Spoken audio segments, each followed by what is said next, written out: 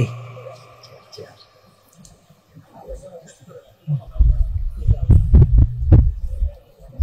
চেন্নাই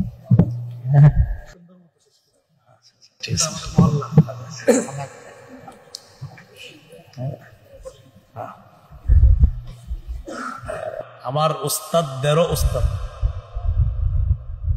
হজরত এবং হজরতের পরিবার যারা সবা পুরা পরিবার শায়েখের পুরা পরিবারকে আল্লাহ আমাদের মাঝে যেন আরো দীর্ঘদিন তারা থাকে, তাদের বরকত যেন আমরা লম্বা সময় পেতে পারি, আল্লাহ তৌফিক দান করেন।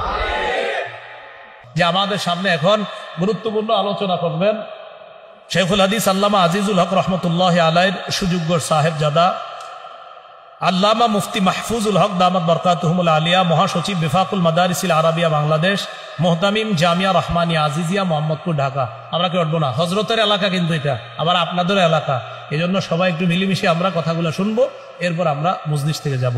আসসালামু আলাইকুম রহমতুল্লাহ।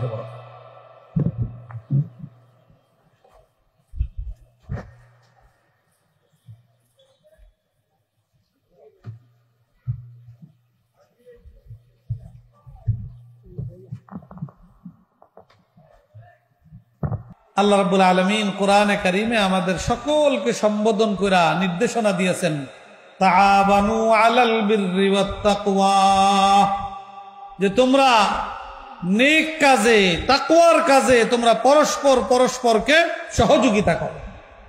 এটা যেহেতু একটা নেক কাজ, এই ধরনের নেক কাজে আমাদের সকলকে সহযোগিতা করার জন্য আল্লাহ রাব্বুল আলামিন বিশেষভাবে নির্দেশনা দিয়েছেন, উদ্বুদ্ধ করেছেন। অতএব আমরা এই জাতীয় নেক কাজে ইনশাআল্লাহ আমরা সকলেই সহযোগিতা করবো তো ইনশাআল্লাহ।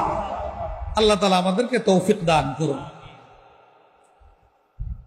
এই নেক কাজের মূল উদ্যোগ যারা নিয়েছেন, আল্লাহর শুকরিয়া আদায়ের পাশাপাশি আল্লাহ রসুল আমাদেরকে তাদেরও শুকরিয়া আদায়ের সবক দিয়েছেন। আল্লাহ রসুল হাদিসে পাকের মধ্যে বলেছেন, মাল্লাম ইয়াশকুরিন নাস লাম ইয়াশকুরিল্লাহ। আল্লাহর বান্দা যে নিয়ামত ভোগ করে, কিছু নিয়ামত আছে এরকম যেটা সরাসরি আল্লাহই দেন, কোনো মাঝখানের মাধ্যম নাই। আবার অনেক নিয়ামত এমন আছে দেন তো আল্লাহই, কিন্তু মাঝখানে কি থাকে? আল্লাহর কোনো বান্দা মাধ্যম থাকে। তো যেটা সরাসরি আল্লাহ দেন, কোনো মাধ্যম নাই, ওই নিয়ামতের শুকরিয়া আদায় করতে হবে একমাত্র কার জন্য? আল্লাহর জন্য।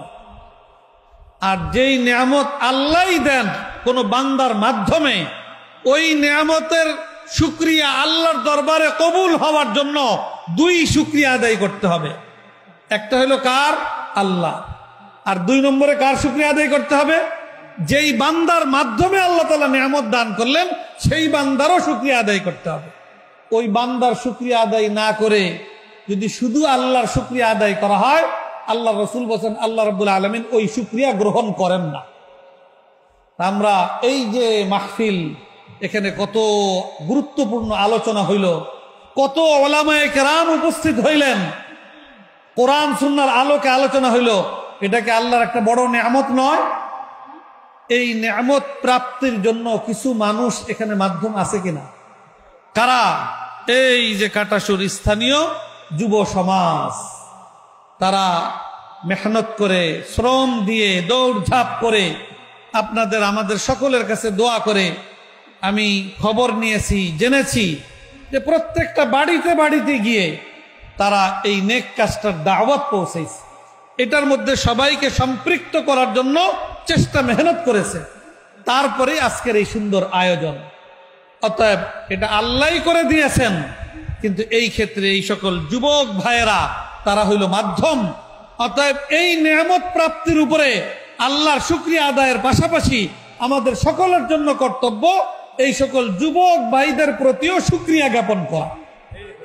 আল্লাহ রাব্বুল আলামিন তাদেরকে এই নেক কাজের জাযা, আজর ও সওয়াব, বিনিময়, পুরস্কার আল্লাহ তাআলা দুনিয়া আখিরাত উভয় জগতে আল্লাহ তাআলা তাদেরকে দান করেন।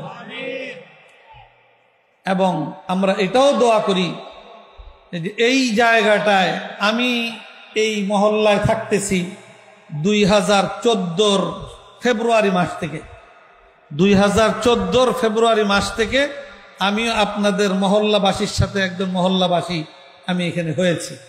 এই 2014 থেকে নিয়ে এই পর্যন্ত ঠিক এই জায়গাটায় এর আগে আর মাহফিল হইতে আমি দেখিনি।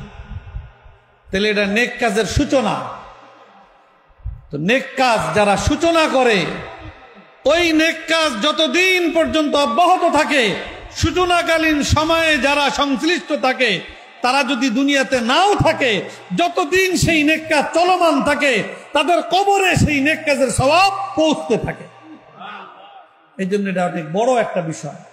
তা আমি যুবক ভাইদের উদ্দেশ্যে আহ্বান করব যে আপনারা কষ্ট মেহনত করে একটা নেক কাজের উদ্যোগ গ্রহণ করেছেন, আপনারা এই নেক কাজটা অব্যাহত রাখার ব্যাপারে আপনাদের সাধ্য সামর্থ্য অনুযায়ী আপনারা চেষ্টা করবেন। আর এলাকাবাসীর উদ্দেশ্যে বলবো, এই নেক কাজ যেন অব্যাহত থাকতে পারে, এই সকল যুবক ভাইদেরকে আমরা আন্তরিকভাবে সহযোগিতা করবো ইনশাআল্লাহ। তাদেরকে উৎসাহ যোগাবো, তাদের প্রতি শুকরিয়া জ্ঞাপন করব। আল্লাহ রাব্বুল আলামিন তাদেরকে সেইভাবে কবুল করুন।